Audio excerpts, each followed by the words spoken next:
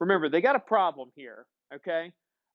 They have control of Europe and they have control of the resources of Europe, and that's a good thing. And remember, they don't have to worry about Russia right now because what kind of an agreement did they sign with Russia?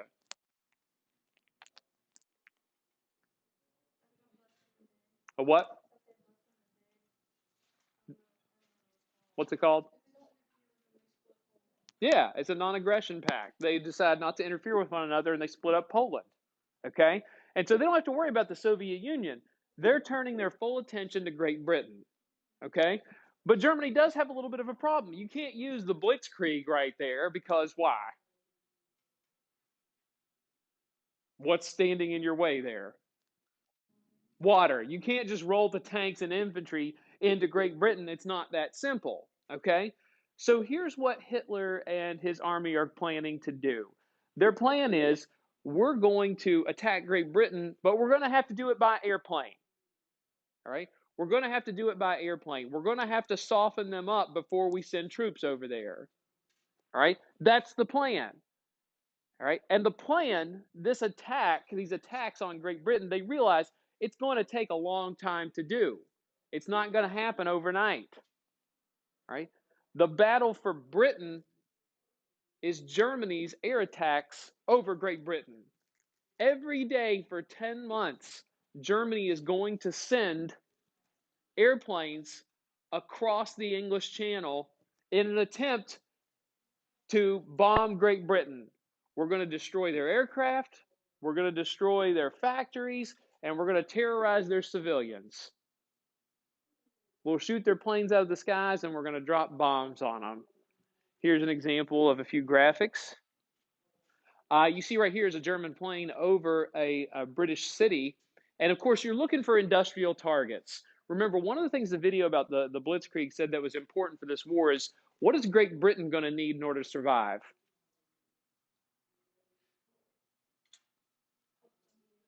What is it? And what kind of help do they need from America? People and resources, all right? And especially the resources, all right? So Great Britain is in danger here. Their supplies are going to be at risk. German bombers and airplanes, German bombers and fighter planes are coming over every day. But Great Britain, it's not like it's undefended. Great Britain has airplanes too, and they're going to be ready for them, right? Now, this is a good example of a German plane, but you also see here's another one here too, a German fighter plane. You can always tell by the little black cross on there that those are German planes. And fighter planes are usually smaller, faster planes. Fighter planes are designed typically to shoot other airplanes, right?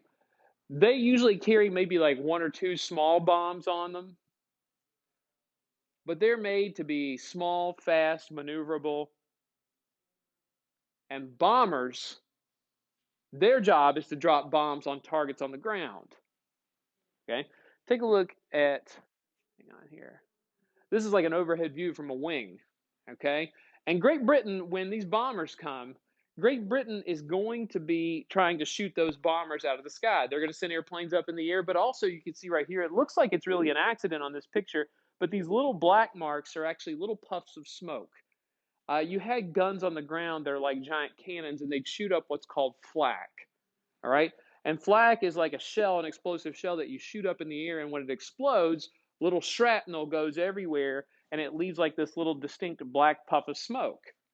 That shrapnel also means you don't have to directly hit an airplane. All you got to do is get it in range, and the shrapnel will go everywhere and hopefully go inside and kill a pilot, kill a bombardier, something of the like. All right. So planes are always trying to avoid this black smoke, the flak. Right. Now, again, every day for 10 months, Germany is sending airplanes over to Great Britain, trying to bomb them into submission. Right. 10 months. Think about that. That's the length of a school year. Right. Can you imagine every day having to look above and figure out if planes are heading your way to drop bombs on you or not? That's a little bit concerning. Right? This is, even though this is an American bomber, this is an example of what a bomber looks like. You can see it's dropping a lot of bombs, and it's got more, you can see the giant turbines, the engines, right? It's slower, But it's got bombs to drop on it, and you can see on the back here and on the sides like machine guns, so it can kind of defend itself, but it's slow. Okay, it's a little bit slower than a regular airplane, than the fighter planes. And these bombs, you have cargo bay or bomb bay doors here, and you've got sights underneath it, and you have a whole crew flying this plane. You have a pilot and co-pilot up here. You have two people that are the bombardiers. Their job is to look at the sights, and basically they're firing or dropping the bombs at the right location. And you have people manning the machine guns as well. All right. So you have a whole bomber crew working those planes. Fighter planes usually work individually. And so if you have 4 or 5 bomber airplanes, you'd have smaller fighters around them to try to protect them. Okay. So every day these groups of bombers are coming over and trying to bomb Great Britain into submission. Great Britain is so good at fighting off German attacks that Germany has to switch to nighttime attacks. They're like, we'll have more success at night because what's the advantage of Germany attacking at night? You can't see the planes, man. Radar might tell you that the planes are coming, but it's hard to see those planes. Also, what's the advantage if you want to bomb a target on the ground?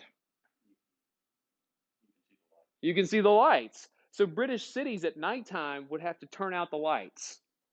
Like you can't have the lights on, right? And so people like had to voluntarily, because you can't be everywhere in the city, so you had to voluntarily turn off the lights. Yes.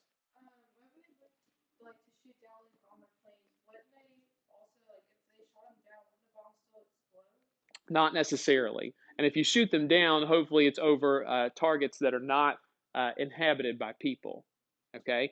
But the planes sometimes, even though they would go down there, you would try. I mean, obviously, you would hope to intercept them before they get to an area. But I can guarantee you this: the odds of them dropping their bombs on an actual target are a lot less if you shoot them down. Okay, but that's a good question to ask. All right. So these bombing runs are happening on the regular.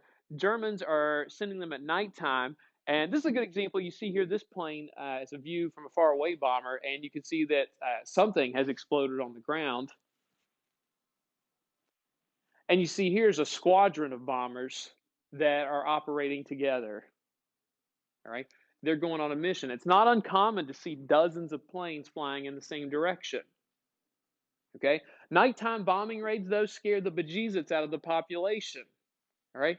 Because if you hear and they would like if they knew that planes are coming in, German planes are coming in, you would have to sound a siren to alert people. And what we would all do is if we lived on the same neighborhood block, we'd be like, hey, Riley has a really strong basement under her house. And so we all, for the nighttime, we all sleep down there. Riley opens up her basement for everybody and we all hang out. I hope that's okay, Riley. Like, whatever. Now, if you lived in the cities, they would go to the subways. Subways are buried, deep beneath the ground, and they provide good protection for civilians. You can look online. There's a lot of images of civilians in Great Britain who, especially in London, there, who are hanging out down the subways, right? And that's how they have to spend the night sometime, which is pretty miserable. Okay, but constantly, every day for 10 months, the Germans are trying to fight off Germans are attacking the British, are trying to fight them off, right? And then all of a sudden, the attacks stop. Well, that's weird. Why would the attacks stop? Hmm. We'll figure that out in a second. Once again, here's that particular picture and the damage afterwards, the next day for the bombing runs. You got firefighters. I love this picture because I'd love to know what they're trying to put out since everything else around it seems to be blown to smithereens. And look at these poor little kids. Their home was bombed out. They got no place to go. A lot of folks, if they lived in the city, moved to more rural settings where they felt safer because it's like the Germans aren't going to waste bombs on one little house out in the middle of a prairie somewhere. Cities, to some extent, you tried to evacuate as much as possible, especially children, because you don't want them having that risk, that problem. Okay? Well, you're not ready to get to America. Let me go back to the map for a second. Right? All of a sudden, Great Britain, the bombing run stopped after nearly 10 months. Why on earth would Hitler stop? Remember, what's Great Britain holding out hope for? America to get involved, okay? But, Hitler and the Nazis, they can't figure that out. And they're struggling, trying to figure out why is Great Britain holding on? We've been bombing them for 10 months. 10 months this has been going on. And they're holding out hope, okay? And then Hitler's going to do something monumentally stupid. When he stops bombing Great Britain, he turns his attention to the Soviet Union, okay? And he says, hey, the Soviet Union, now's the time to strike at the Soviet Union, which is actually a really bad time because he's got a non-aggression pact with them. But he says, Great Britain, we're going to turn away from them and we're going to turn to the Soviet Union. Now, why he does that, you're going to start reading about this weekend. You can go ahead and start reading about it. I'm going to drop it in your folder, okay? Here's what is going to be in your folder. Why Nations Go to War, Chapter 2, all right? And it's got Hitler's attack on Russia. And it's going to explain why he moves away from Great Britain and why he starts paying more attention to Russia. Okay? Now, that right there is already dropped in your folder, and we're going to be working with it Monday for sure in class. So you're going to have plenty of time. There are questions that will be associated with it, but it's already dropped in your folder, and that's a good place for us to stop right there.